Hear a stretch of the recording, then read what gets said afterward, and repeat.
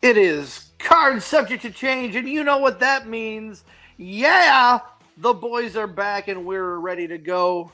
We've got a whole fun show planned for you. We are running down the Bloodline storyline straight from the beginning. We're calling it the Bloodline Biopsy. Yeah, And here to kick things off with us, Nick Bull, how are you, my friend? the honorable one is doing fine. How about you? Yeah. Yeah, we're doing pretty good. And Stripes here, how are you doing, my I friend? am doing wonderful, gentlemen. We're on the yeah kick. If you can't tell, we've been talking a little LA Knight before the show. Yeah. Yeah, I don't know.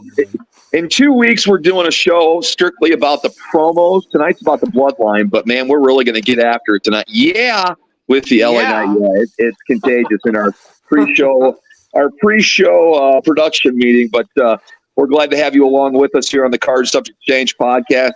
I am the honorable one, Nick Bull. Of course, joining me is the Wizard CD and Stripes, Chris Angle.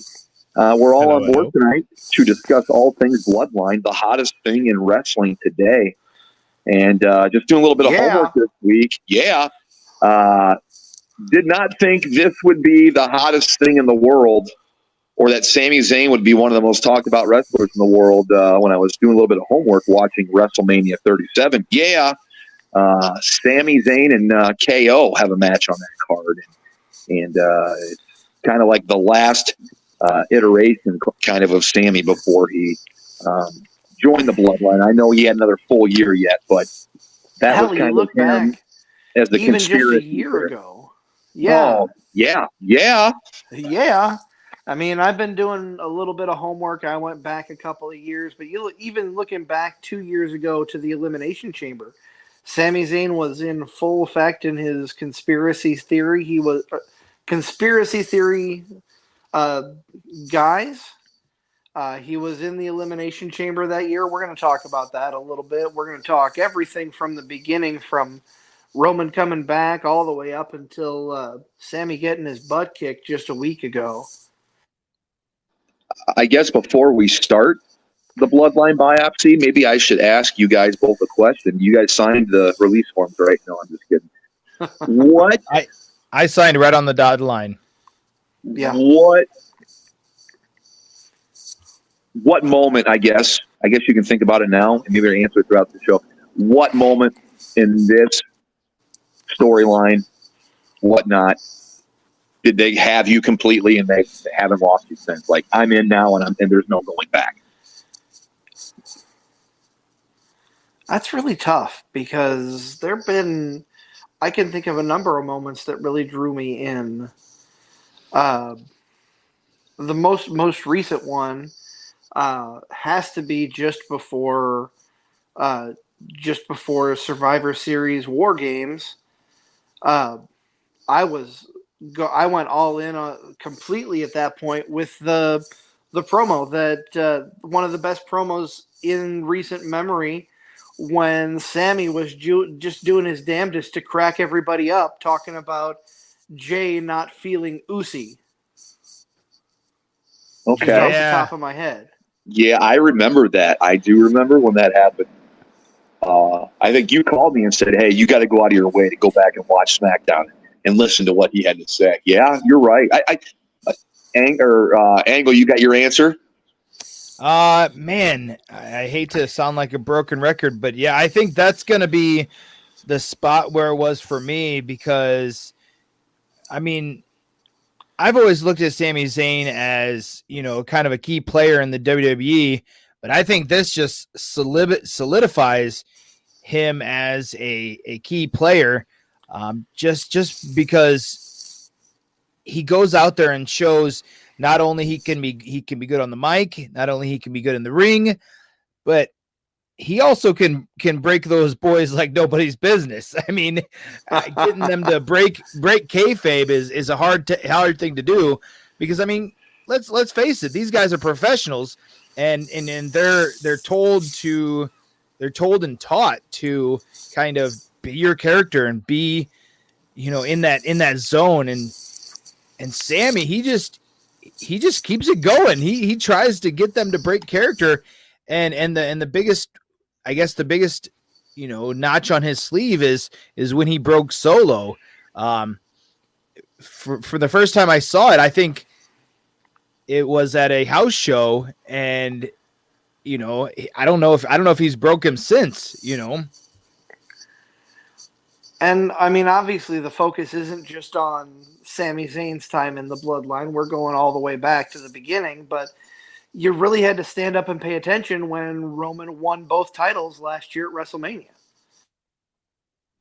I really think so. To me, that's kind of when they said, all right, we're making a move with this, and we're going to keep this thing alive. And to their credit, it's done nothing but gain momentum. I think it's been universally accepted as just this great thing that's going on. I'm talking about the Bloodline storyline, and whether you're all in on any of the participants or not, it's intriguing.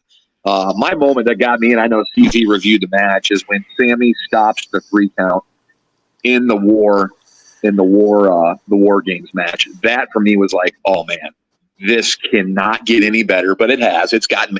That was the moment for me that hooked me.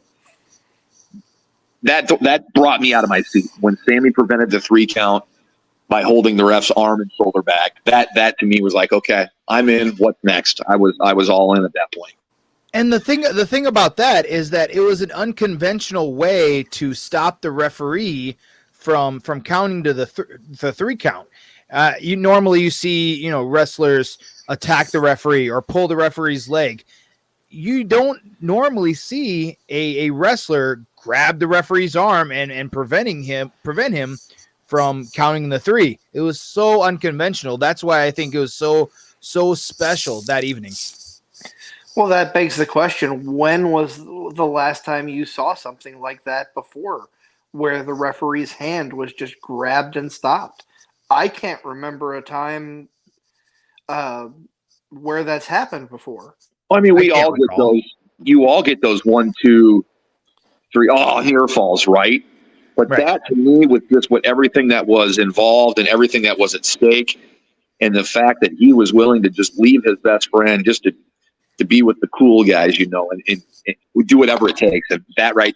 I just loved every part of that, and that's the moment. That was the moment for me. But there's been so many of those. Everybody that's been involved with this, there's been a lot of moving parts and pieces, and everybody that's been involved with it has been very well. But let's not forget, this started as just a 2-person thing, did it not, CZ? Yeah. Well, the beginning was way back. Yeah. Way back in, was it it was 2000, late 2000, during the COVID era, the Thunderdome era, God help us all, of WWE. Where Roman's first title defense was against his cousin, Jey Uso, at Clash of Champions 2020. And really, that whole storyline with Jey was Roman trying to put him in his place and say what he's been saying all along. I'm the head of the table. I'm putting food on the table for our family. And that's when we got main event Jey Uso. Yep. Yeah. And all this during the time Jimmy is off rehabbing, correct? Or is he on DUI? I think he was off rehabbing, I believe. I believe he was rehabbing as well. Yeah. And none of the other participants have been involved yet. It's just Roman and Paul at this point. And Jey, of course, main event Jey. And you want to know?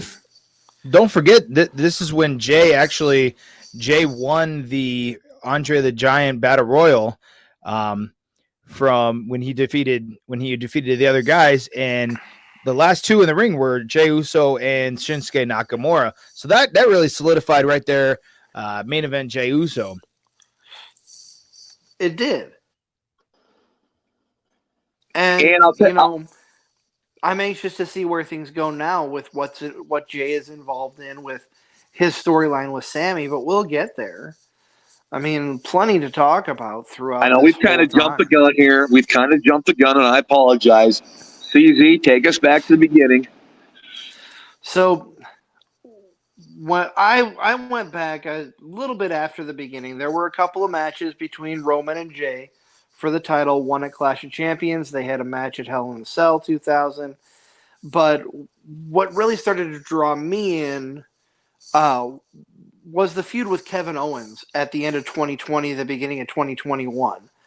3 great matches right there.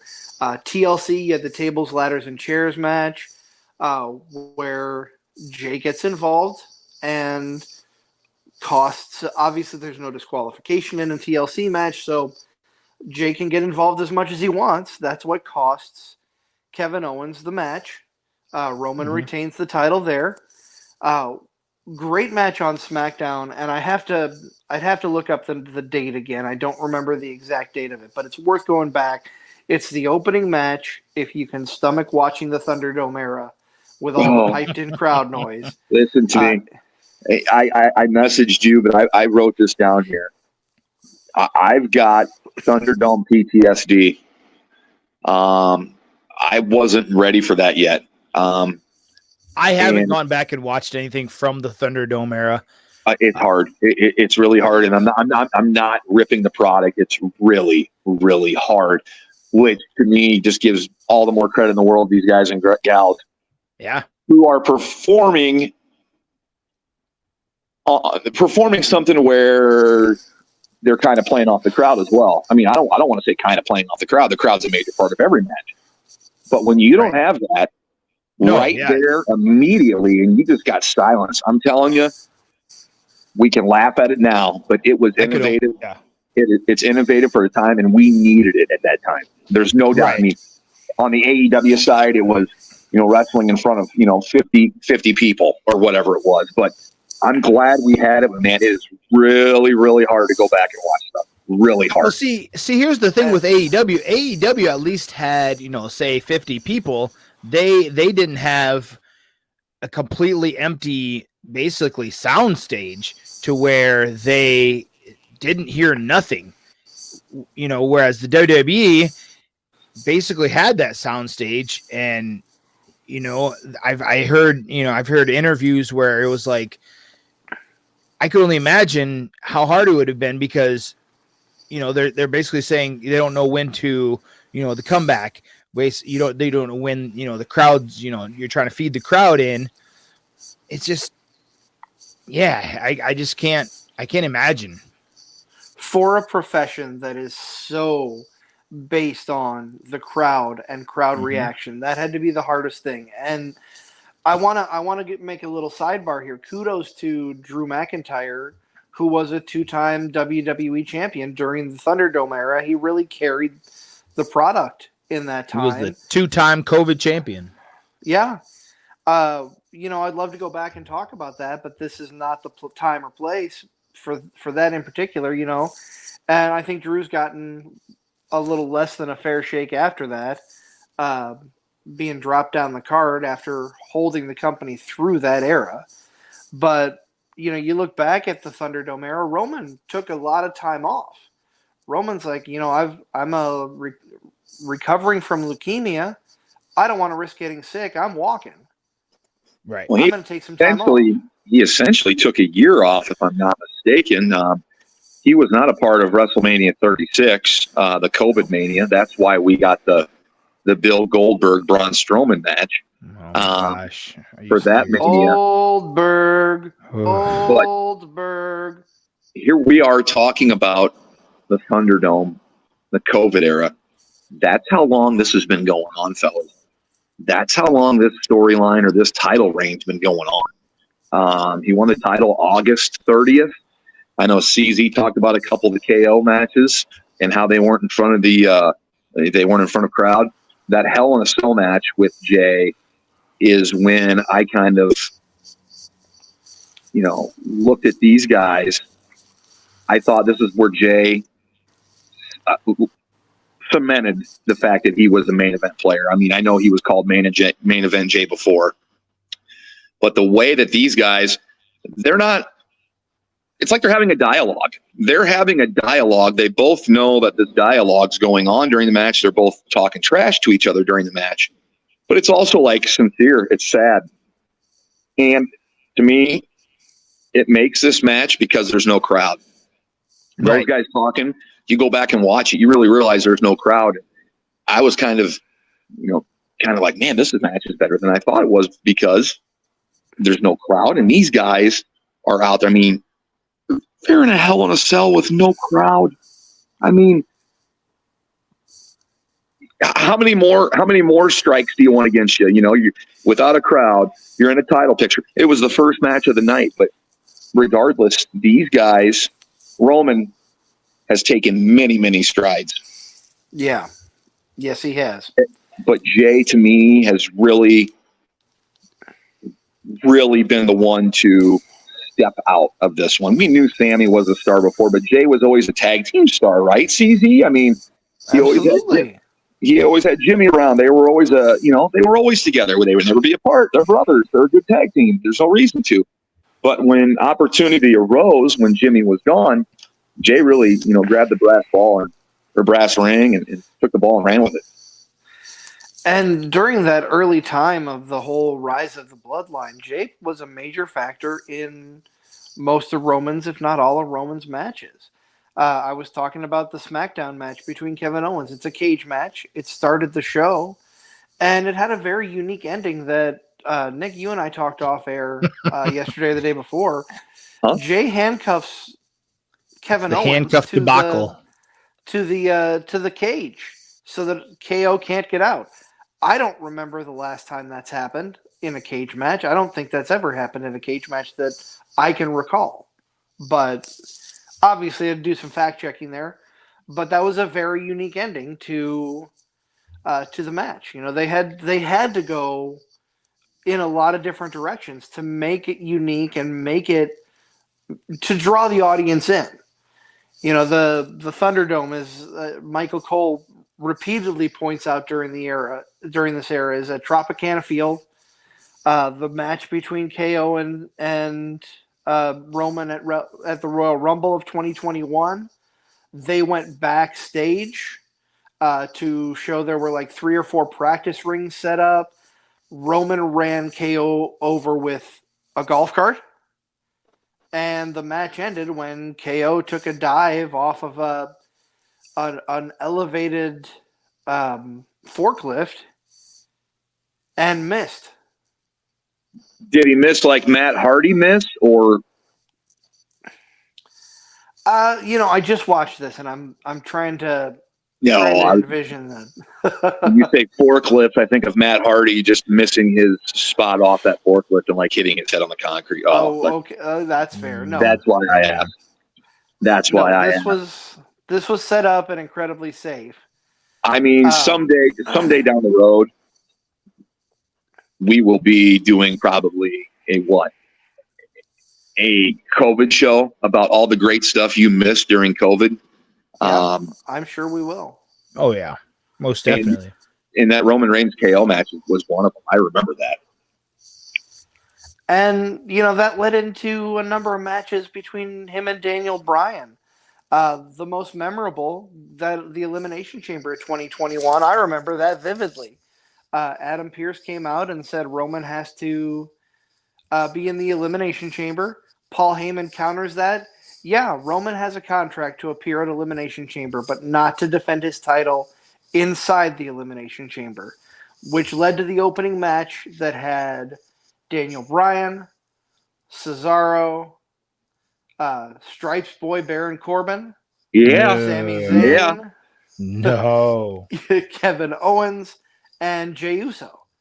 And the psychology there, Bryan had his knee worked throughout the match, but ends up coming away with the win, only for Roman to come out as soon as the cage rises and just take him out completely. No need for Jay in that one, but Jay was just in a Hell in a Cell match, so what use would he have been after going through, or not Hell in a Cell, Elimination Chamber? Yeah. Wouldn't have been much use, but Daniel Bryan had already gotten gotten worked over quite a bit in that previous match. But yeah, there was that year, 37, WrestleMania 37. Yep. Bryan was in that main event picture as well. Before that was Fastlane of that year with Daniel Bryan versus Roman Reigns. Edge won the Royal Rumble that year. So he was destined to be at WrestleMania 37 in the title picture. But because Daniel Bryan did not get a fair shake in storyline from Roman Reigns, he was inserted into that in a triple threat. And funny, we talk about a triple threat at a WrestleMania as a main event. Here we are possibly with 2 years later. Fellas, I hope they don't go down that road. I went back and watched this triple threat match from Mania.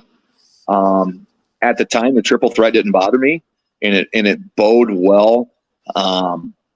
It bode well story and the styles, and the three guys really worked well together. But, man, if you're going to do that and then do it again 2 years later, I just think it's a bad look. I really do. Yeah. I mean, on one hand, I can see it as lazy booking, but as I said last week, the fans really are clamoring for Cody Rhodes, and they're also clamoring for Sami Zayn. So what else can WWE storytellers do than put them both in the... Would the fans rather have... I'm going to ask you guys, would you rather have a triple threat of the three, night 2, or would you rather have Cody on one of the nights, Sami on the other night, or Sami on the first night, Cody on the second night?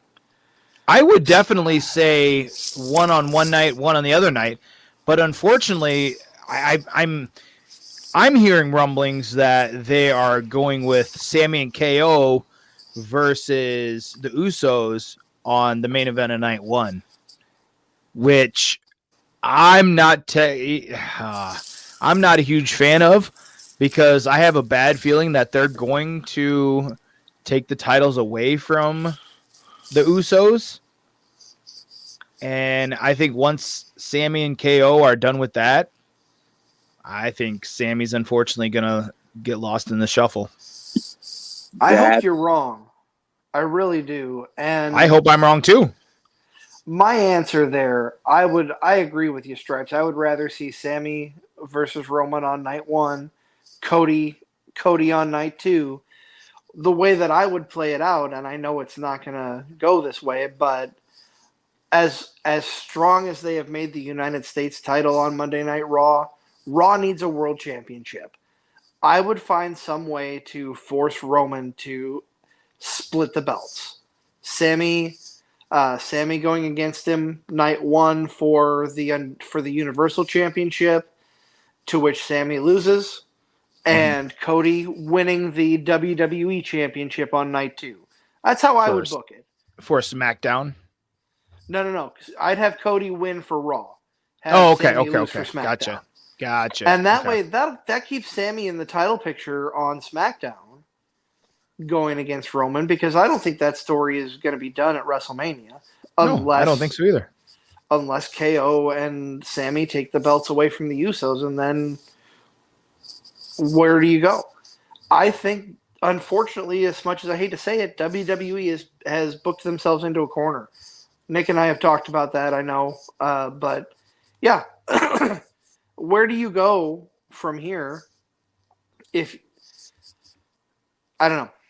I think they booked themselves into a corner. I think they're going to work it into a triple threat with Cody and Roman. And I hate to say that because I don't want to see it. You guys don't want to see it. But the way that they booked things, I don't know that it can go any other way. Could you imagine having tickets to WrestleMania Night 1 and you probably won't see the biggest match on the card? No.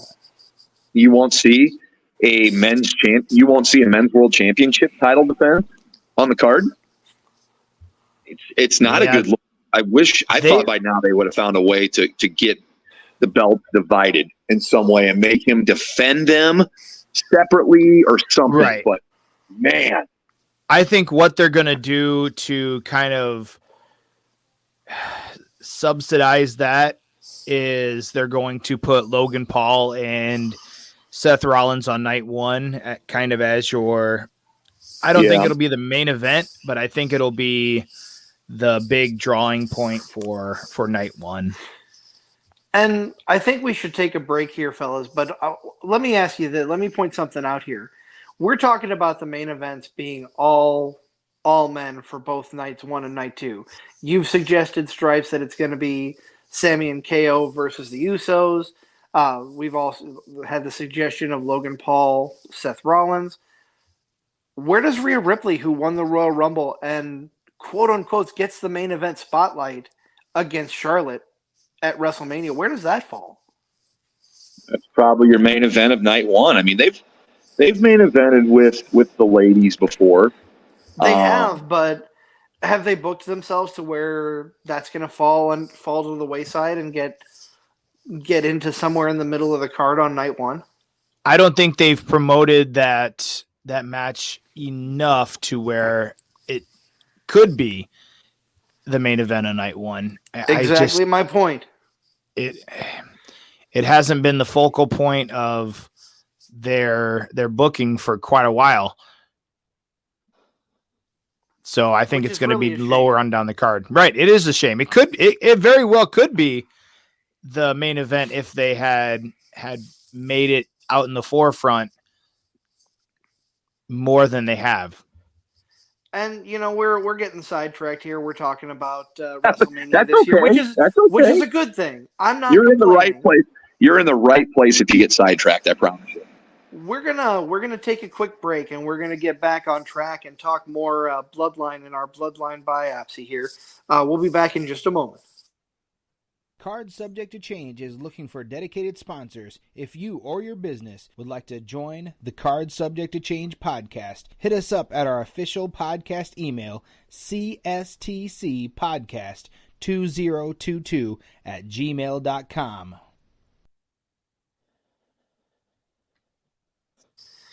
Welcome back to Card Subject to Change. Thank you for listening. I am the Wizard CZ.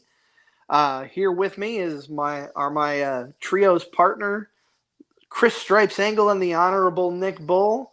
Yeah, gentlemen, we're talking. We've been talking about WrestleMania this year. We've talked about the early days of Roman Reigns and his rise to power in the WWE and the start of the Bloodline.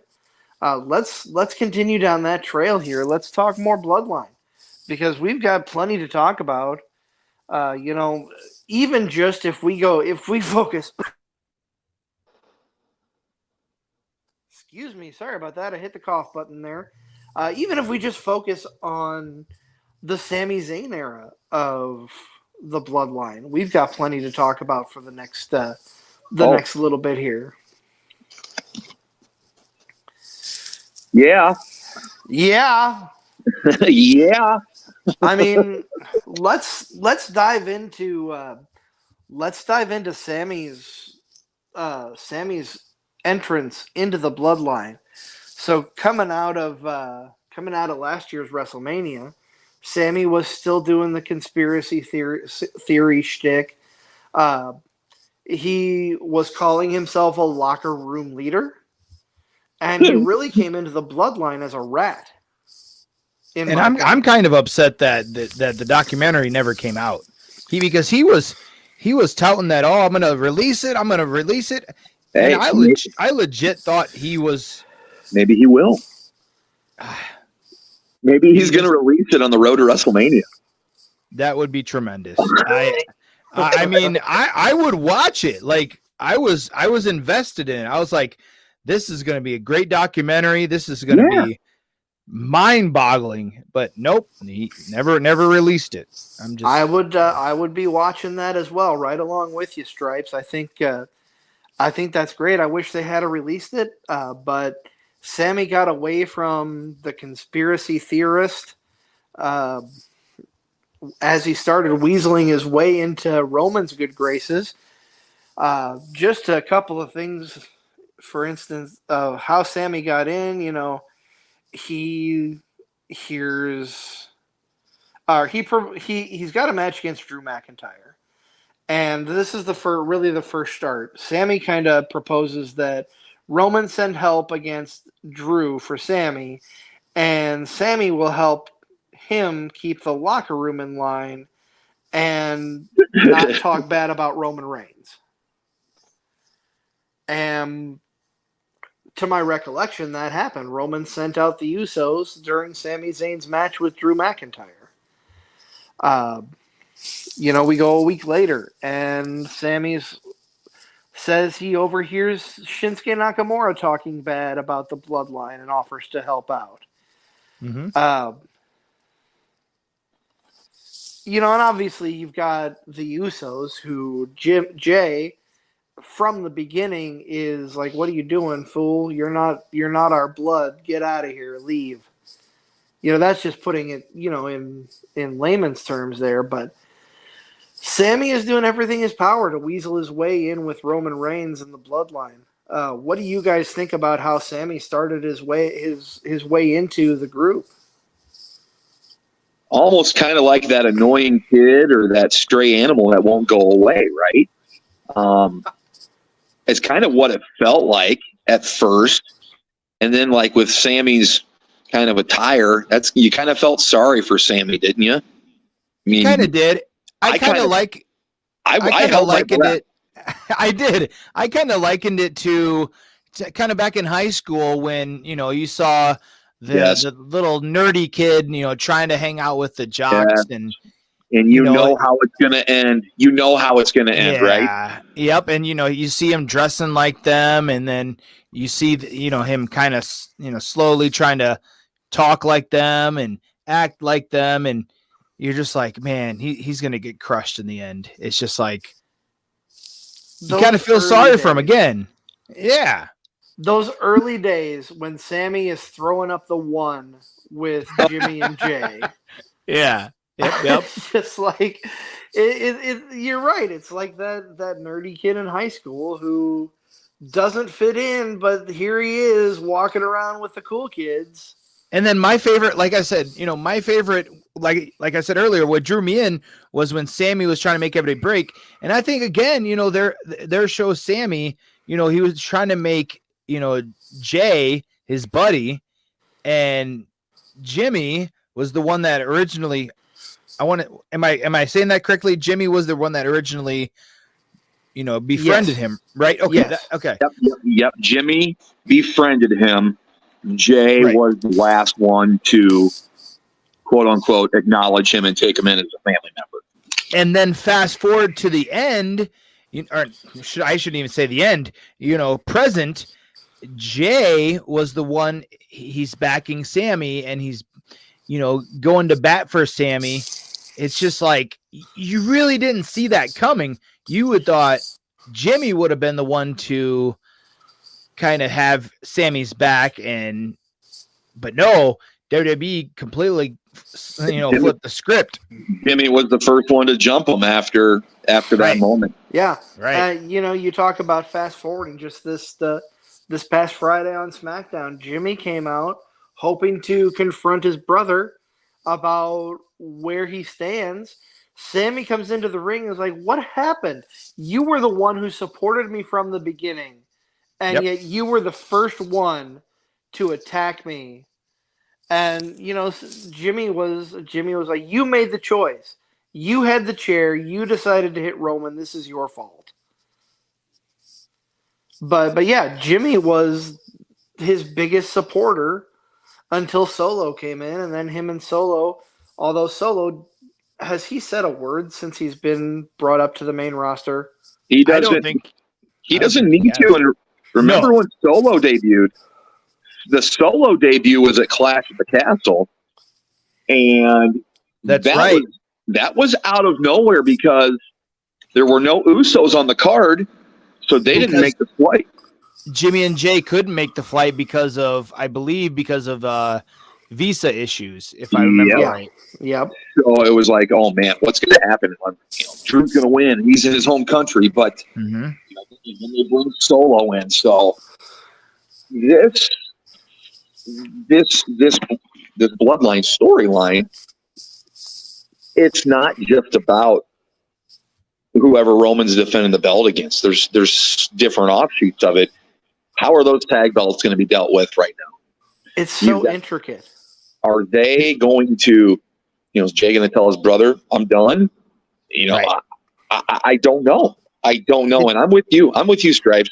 I feel if KO and Sammy win them, if they get the feel good moment, but in a couple months it's going to be over. I just don't see that. It's going to lead to the bridge to nowhere. You know what I mean? Sammy and both Kevin, they're both going to, like you said, they're going to have that feel good moment. And then where do you go from there? I mean, do you put them up against the New Day? I mean, yeah, Sammy and Kevin are really good friends and they've, known each other for ever. But when you think of Sammy and Kevin, you don't think of tag team wrestling. Riddle me this. You're right. You don't think of tag team wrestling. You think of two great single stars that could potentially be WWE champions. Right. Vince never gave a crap about tag team wrestling. What if Triple H is going to turn this tag division around like he has the optics of the IC belt and the US belt, and how they kind of have a higher, they're kind of respected more than they have been in recent years. Maybe they're going to put together a legit tag division. I could see that, but then again, it's like, how do you do that? You know what I mean? Like, if you put two random people together, that's not gonna matter to the tag division. You know what I mean? It's almost like when you put Kane and X-Pac together. It's like, why? You know what I mean? Yeah, but they had a great tag team match at like SummerSlam '99 against Undertaker and Big Show. Again, another tag team that just got thrown together. Like, I agree. I like uniformity in tag teams. I do. I think the three of us have talked about this on air before, but I would like to see, in a perfect world, Jimmy and Jay lose the belts to a legit tag team, not two people I agree. Who are single stars thrown together. Like Imperium. Yeah, Imperium, the Street Profits, the New Day, Alpha Academy. FTR. Yeah.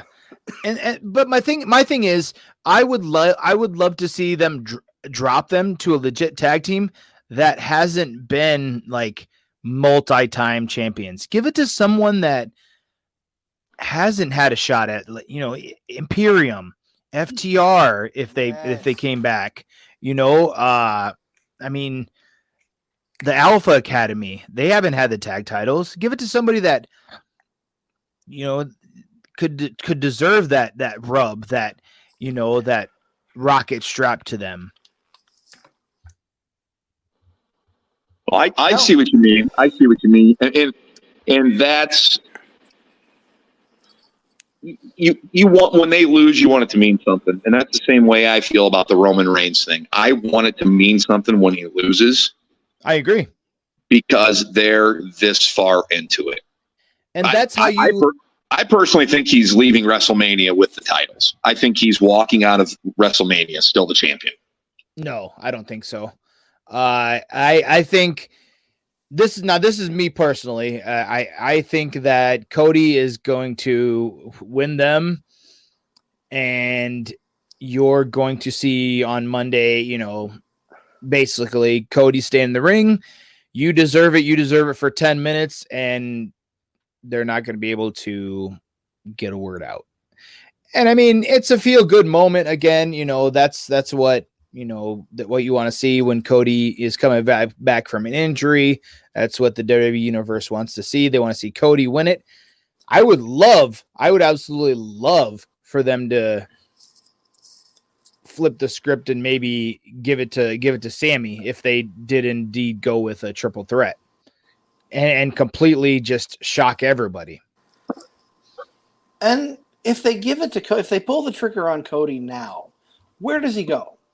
The only established heel, in my opinion, that can compete with Cody if he has the title is Roman. They've spent so much time building up Roman Reigns and the Bloodline. Yeah. I don't think they legit have anyone else that would fit in that picture against Cody.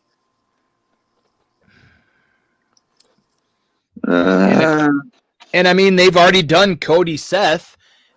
And like I've stated before, Seth Rollins doesn't need a title in the hunt to mean something. No. So, and that's evident with Logan Paul.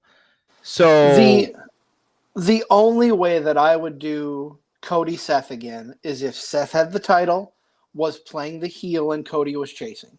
That is the only way to do that storyline now. After Seth Rollins lost to him 3 times last year, once with Cody essentially only having one arm. I mean, there's a guy out there that hasn't faced Roman Reigns yet. Whether it be through storyline, injury, or whatnot, but he's rumored to be coming back soon. I swear to God, if you say Baron Corbin, I'm logging off. I am ending this conversation right now. I'm talking about one Randy Orton. Yeah, I mean, I could definitely see that. I mean, he is, like you said, he is rumored to be coming back soon. If Roman's reign as champion ends, I want it to be historical. And isn't Orton's next win? Does it give him 15 or 16? 15. Gives him 15. He's currently tied with Cena right now, right? Or he will tie himself with Cena.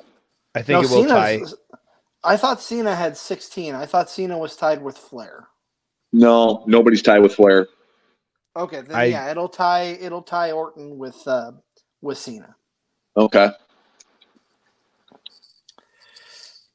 But yeah, I mean, you look at the list of people that Roman has defeated. It's like a who's who of wrestling.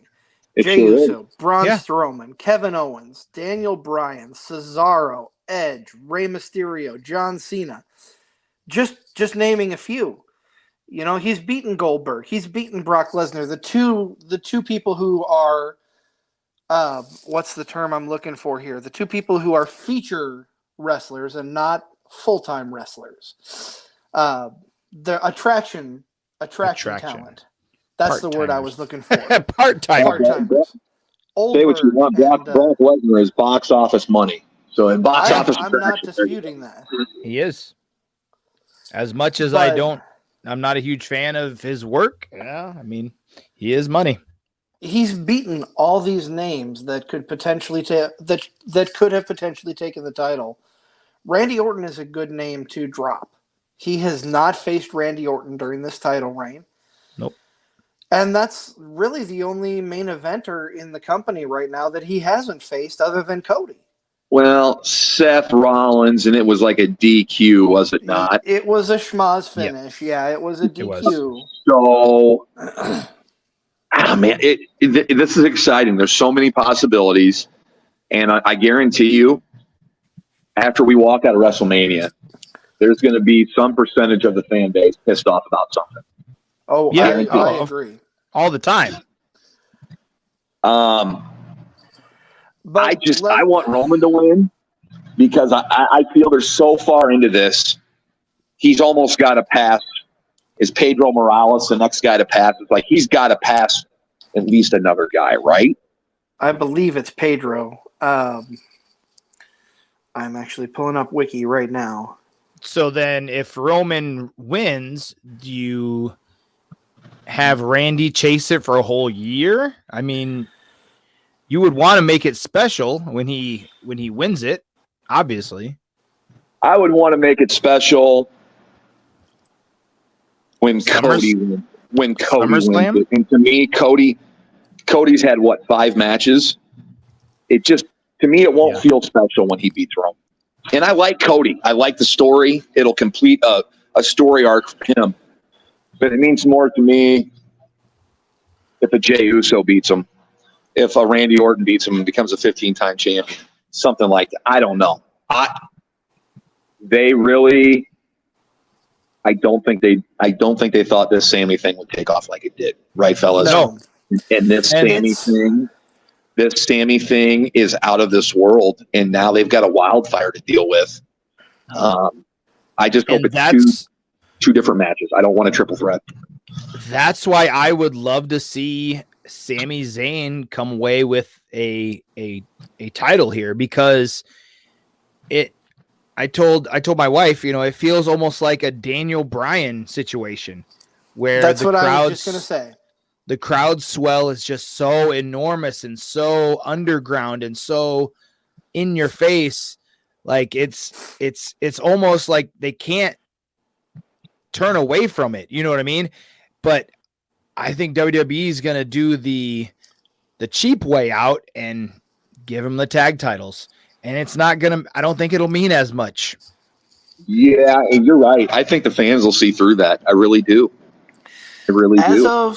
As of right now, Roman is 118 days away from tying Pedro Morales' title reign. Okay. So 119 days, he beats it. 4 months. So right now we're in March, so that'd be what, July? Yeah, July. So Money in the Bank is what we're looking at. But and it's rumored he won't be at Money in the Bank. So we'd wait till SummerSlam in August. Yeah, that's what I was just gonna say. Yeah. It wouldn't be at Money in the Bank. It would be at SummerSlam, one of the big four. Okay. Maybe you're right, Nick. Maybe Cody doesn't win and chases Roman for the next few months. I know this is completely off topic. Well, I mean, not really, but if Cody, you better be careful what you say here. This is not the place. if Cody does fall short of winning the title, what do you do with Cody after this? Then he's got to be the workhorseman. He's got to be on Raw every week. Putting on the best match each week, holding that U.S. title, getting in the U.S. title. If they don't divide the titles, he's got to be the number one guy on Raw if he doesn't have the belt. Yeah, Right. I agree. And the other side of that is if he doesn't win the belt from Roman, he's got to lose strong. Yeah, I mean, in Roman might not. I mean, I could see Cody pinning Sammy if this was a triple threat, and then Roman going completely ape.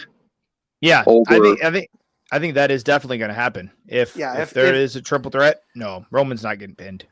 No, I agree. It makes, but that's the thing. If it ends up like that, and you've got Sammy getting pinned, that makes Sammy look weak while making the other two look strong. Where does that put Sammy, who has solidified himself as a main eventer? If he gets the pin, should there be a triple threat? See, there you go. There you go. And I think if you don't have Cody win, then this whole build up from the Rumble has been for nothing. Yeah, in my opinion, just because if you don't give it to Cody, then they didn't give it to Edge 2 years ago. That's true. I mean, I think we all agree we don't want a triple threat, correct? Correct. Stripes? I wouldn't be against it. I wouldn't be against it. Okay. If I could have them in separate singles matches, I would rather have that. Here's the thing. I think we can all agree that they've booked themselves into a corner at this point, correct? Yeah. I mean, I think no matter what happens between now and the end of night 2 of WrestleMania, they are damned if they do, and they are damned if they don't. Yep. Yep, I agree. And Yeah. that's where, like you said, they've booked themselves into a corner. Yeah. Let's take one more quick timeout, gentlemen, and we'll be right back.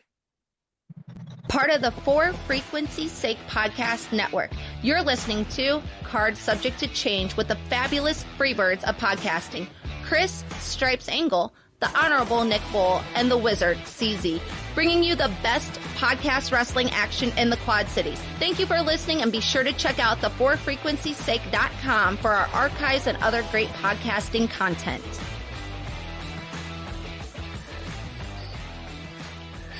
We are back with the Card Subject to Change podcast. I am the Wizard CZ. With me, as always, my Freebird partners, Nick Bull, the Honorable One, and Chris Stripes Angle. We're talking all things Bloodline and beyond. Yeah. We're even talking a little LA Knight. Yeah, let me talk to you. Yeah. So let's kind of backtrack. Let's spin this on its ear a little bit here. If Tony Khan had been booking all of this, we wouldn't be having this conversation, because Drew McIntyre would have won the titles at Clash at the Castle. In a Texas death match, last man standing. Yes. With lots of blood. No, I'm really intrigued by this. Even though they've written themselves in a corner, we've kind of picked it apart here for the better part of an hour or so. It's given us some good fodder, some good content. This Mania, I mean, just think of all the eyes that are going to be on it, not just the Roman Reigns storyline, the Bloodline thing. I mean, I'm just thinking about the Seth Rollins, Logan Paul thing alone, and how many eyes are going to be on that. That's probably night one, right? We don't know for sure, but almost would have to be. I mean, you've got two tremendous women's titles matches on the card already. There's a lot of the unknown. There's rumors of Finn Balor and Edge and Hell in a Cell. Any way, shape, or form you look at it, fellas, we're in the midst of WrestleMania season. Yeah, and this one's gonna be fun. Let's that's a great way to close out the show, Nick. Let's talk WrestleMania a little bit. Let's book ourselves a WrestleMania. So obviously you've talked about the two women's matches. Bianca Belair is taking on Asuka. I think that's going to be a match of the ages for the women. And I honestly see Asuka walking out of that one as champion. She's got a lot of momentum. Triple H seems to be bringing her back to her roots that she started at in NXT. What do you think, Nick? I think this is like the repackaging for Asuka. Hey, we're going to do this and see how it goes. And so far, she's got the crowd behind her, but she's facing a stiff test. And Bianca, this might be Bianca's stiffest test yet with facing Asuka. I love the trajectory, how she is right now with the crowd and what she's doing in the ring. It makes you wonder if Bianca's going to take some time off. Are they really going to put the belt on Asuka? We'll see. But both of these women's matches, with we just talked about there with Asuka and Bianca, and then on the other side you've got Charlotte and Rhea Ripley. And is this a redemption story for Rhea from a few years ago when she called out Charlotte out of NXT and Charlotte put her in her place?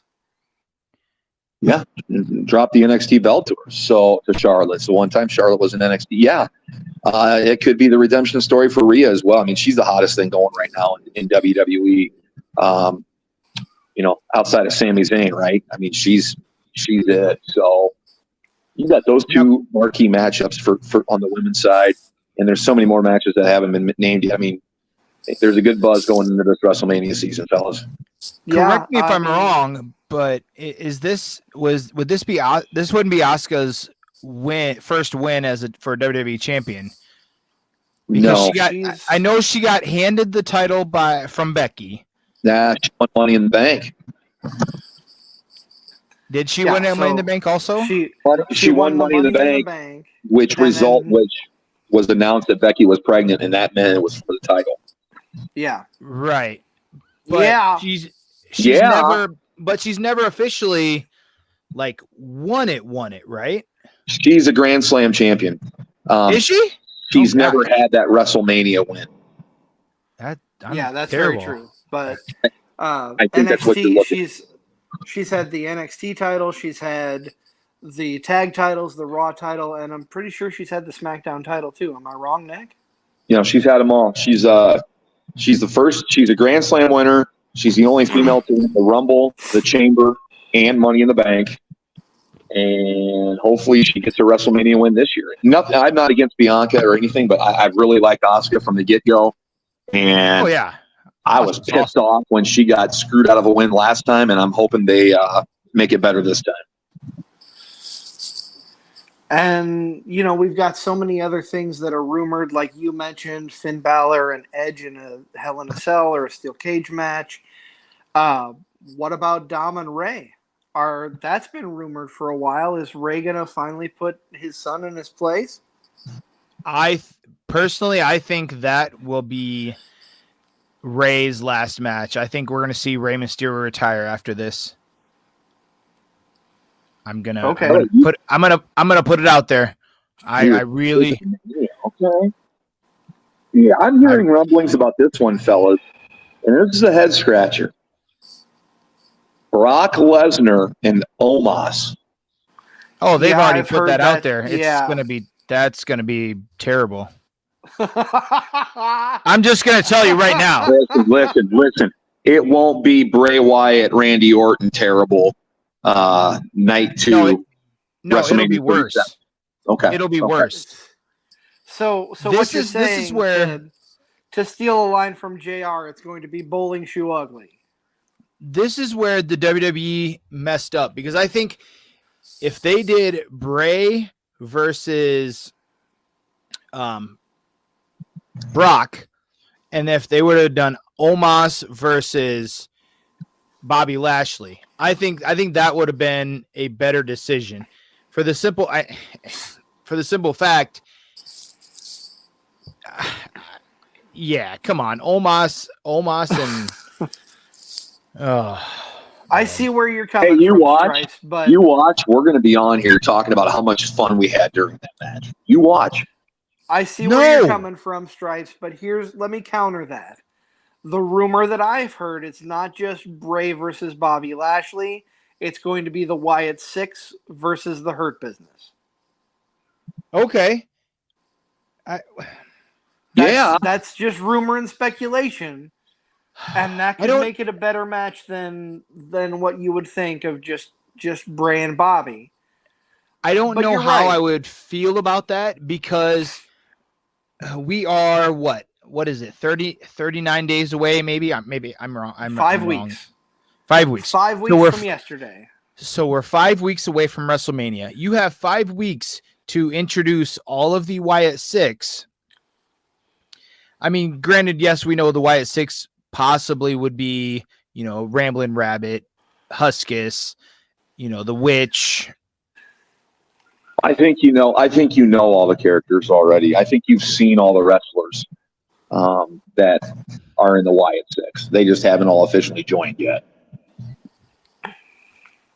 But you have that. Then again, like it's 5 weeks, and you have to shoehorn all that in.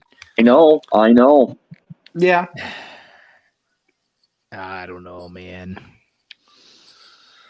I just think it would have been easier to put Bobby and Omos and Brock and Bray. Do you want to book a Baron Corbin match instead? Oh my God! Let's not think about that.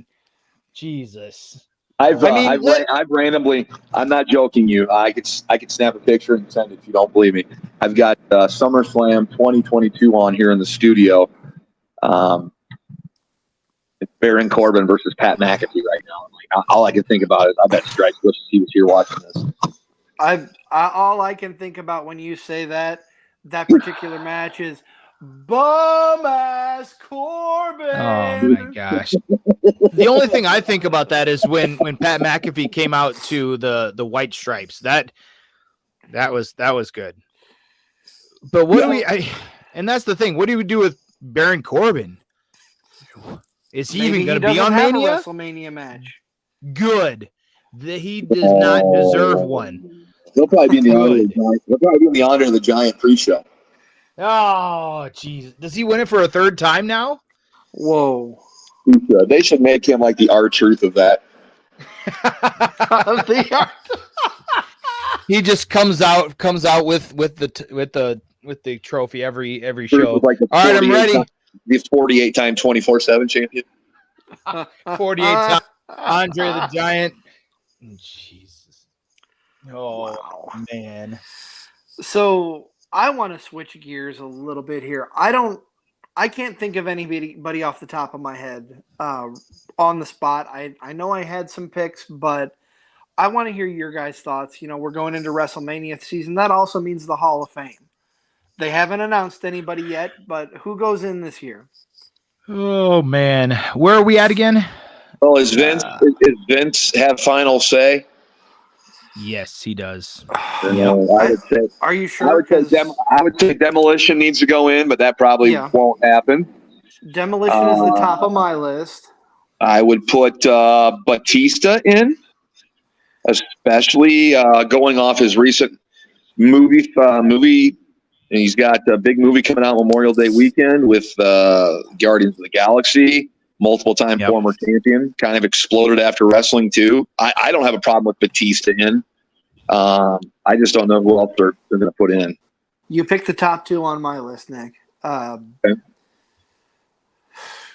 Maybe, so I think maybe, since we are in LA, I think maybe instead of Batista, maybe The Rock. That could also be. Isn't The Rock in? No. No. No, he is not. No. And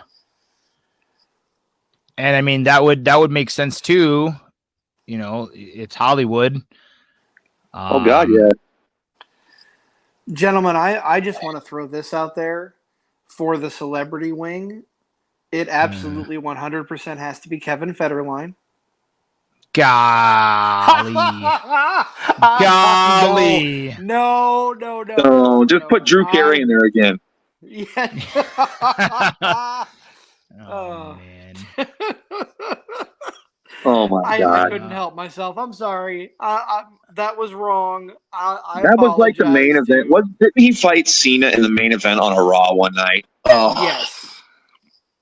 Okay, what about this? What about this is another rumored entrant.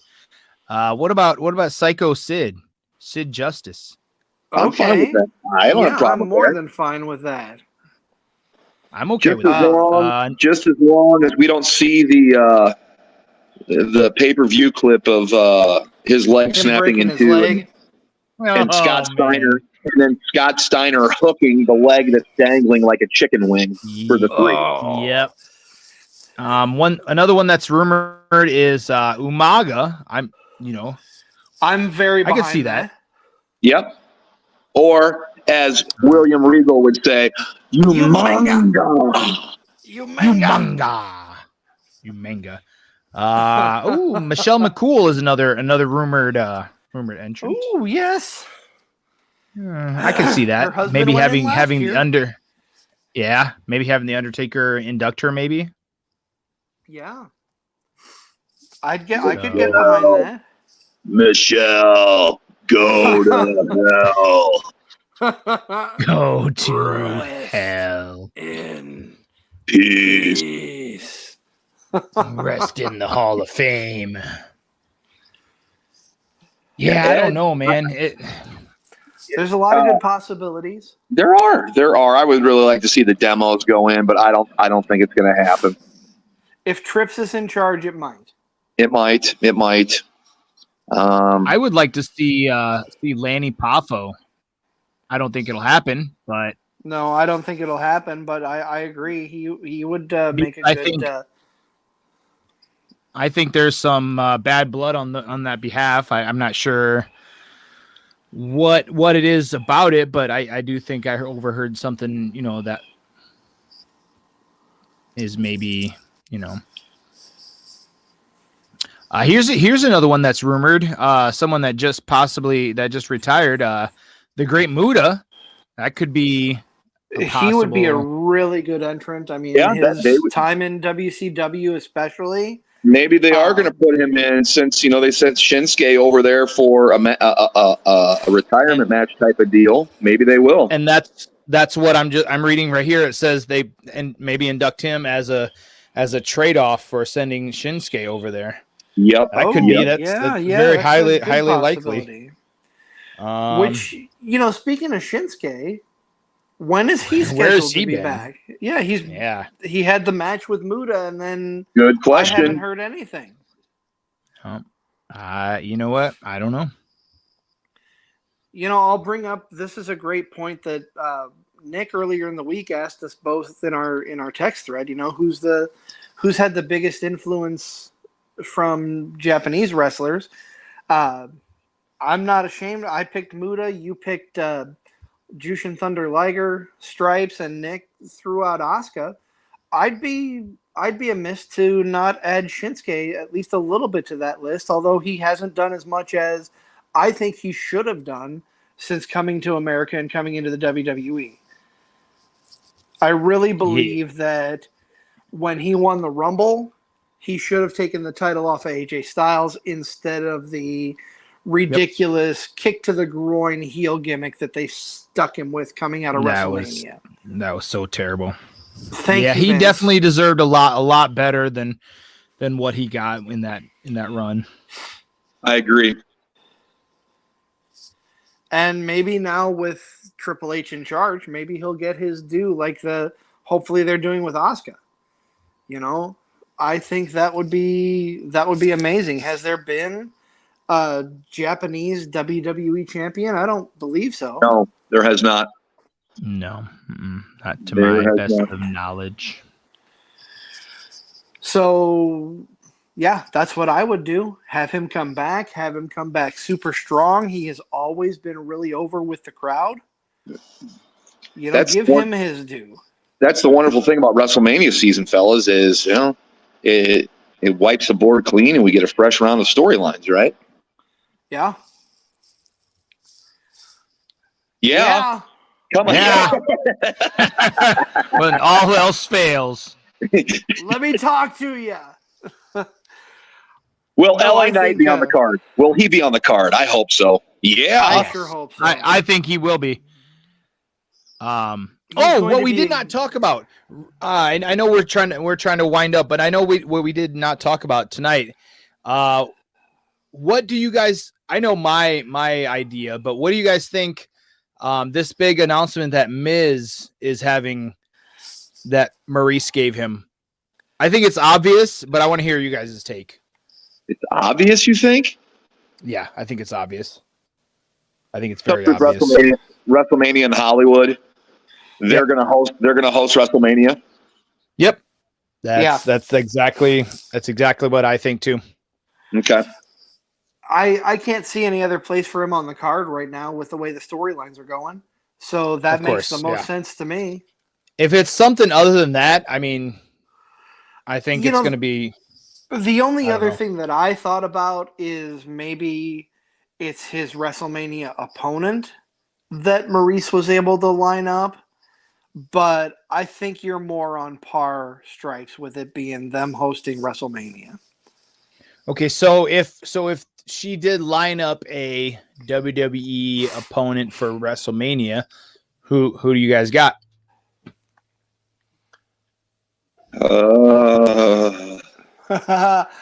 Oh, you're gonna love this. Returning Tommaso Ciampa. Oh, you guys are gonna love this. A returning Alex Riley. Oh yes. No. Oh. Oh, man. What if? I don't know. I thought you guys would like that. That's a good question. That's a good question. So pose it to our listener. What if she lines up Tommaso Ciampa, but is somehow switched by help me out, creepy Johnny guy that Gargano? stares. No, creepy guy that stares. Loomis. Dexter Loomis. Somehow it gets mixed. Storyline. Somehow it gets mixed up, and that would be the opponent. I could get behind that. I'd be okay with that. Dexter Loomis's first WrestleMania. Yeah, but I do think he's going to be the host, and it makes the most sense. It does right now. Otherwise, he won't have a match on the card. So let me throw out a couple of other names that we don't have matches for, and let me ask you guys where you see him going. Johnny Gargano. Not there. Not there? He's not going to have his first WrestleMania? Nope. I don't think only if it's not there. Ugh. You're killing me, Stripes. No, I don't think Unfortunately, I like Bronson. Okay, no, hold on. Back the train up. They're both there. Andre the Giant Memorial Cup. Yeah. Yeah, you're probably correct. Yep. Yeah. That just came to mind. Yeah. So. Yeah. These two have been prominently featured on TV. It just seems a shame for them not to be on the card at WrestleMania. Especially Gargano. Gargano has been very, very upfront on Monday Night Raw, whether it's been with The Miz, whether it's been building up and him getting into the Elimination Chamber. You've got to think that Gargano and Bronson both should have a spot on Mania, maybe against each other. Yeah. I think they deserve it, but will they get it? I don't know. That's. I mean, here's neither here nor there. We don't know. Nick has turned me on to FTR. He did. Dax Harwood's podcast. Dax Harwood's podcast. Settle down there, Stripes. We're not talking about that. Wait a minute. This episode of Card Subject to Change is brought to you by Blue Chew. Just like every other podcast, we're going to talk about the uncomfortable conversation of getting and keeping a boner. Oh my. And he's got a boner, and he's got a boner, and he's got a boner. That's a shout out to Merrick Brave, by the way, from an MCW show. Oh my. The story behind that, my daughter was at that show. I was very appalled, but this was before Merrick matured a little bit. God love him. Merrick Brave, fantastic person. Now he's matured quite a bit, but even he admits back in the day he was not the greatest person in the world. And that I thought I'd share. That was a funny moment for me that I thought I'd share with now everybody who listens to the podcast, not just the two of you. But no, I think there are a few people that deserve to be on the show that you're right. They're not going to be there unless they're in that Memorial Battle Royal, which is just a shame, I think there's going to be a lot of people that we see regularly that are not going to be there. I mean, 13, 14 matches tops between the two nights. And that's what's really sad. You've expanded it to 2 nights, and you've got people that are prominent on television that aren't going to have a match there. Yeah. Mm-hmm. Oh, I know. What do we think about the IC title? Obviously, Theory has the United States title. He doesn't need it for his rumored match against John Cena. But where do we see Gunther going? Everything I've been hearing or seeing in writing is it going to be a triple threat match. He's going to defend against Drew, McIntyre, and Sheamus. So that'd be 3 big names in the match. Does he drop the title in that match? God, I hope not. In my listen, in my booking world, he does. And that's what I was going to say. Sheamus wins it and gets the Grand Slam. And then I have Mr. Gunther win Money in the Bank. Ooh, okay. I like that idea. If he loses the IC title in that match, doesn't get pinned, keeping him strong, that just moves him right up into the main event picture. Right, to go to Money in the Bank. They love him backstage. Money in the Bank is in England. I mean, I don't know. I think it just makes sense.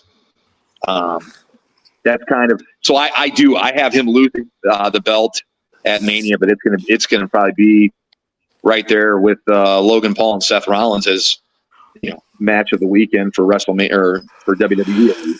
After you got to think Clash of the Castle. You got to think Clash of the Castle, and you're adding Drew McIntyre. Yeah. Banger after banger after banger. Yeah. And banger. The Banger Bros. The Banger Bros.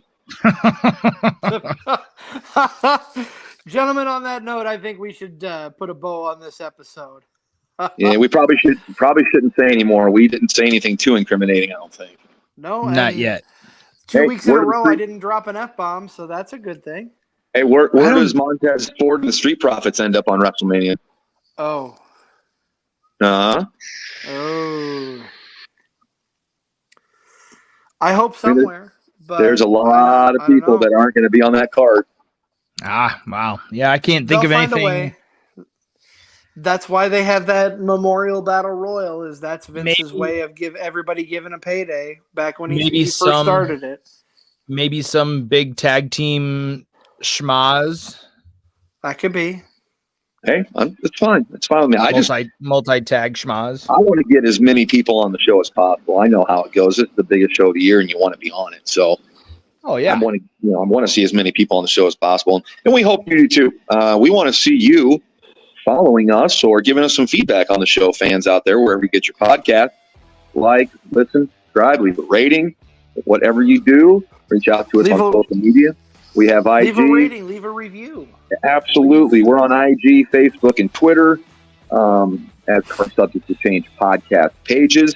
Reach out. You got questions, hit us up.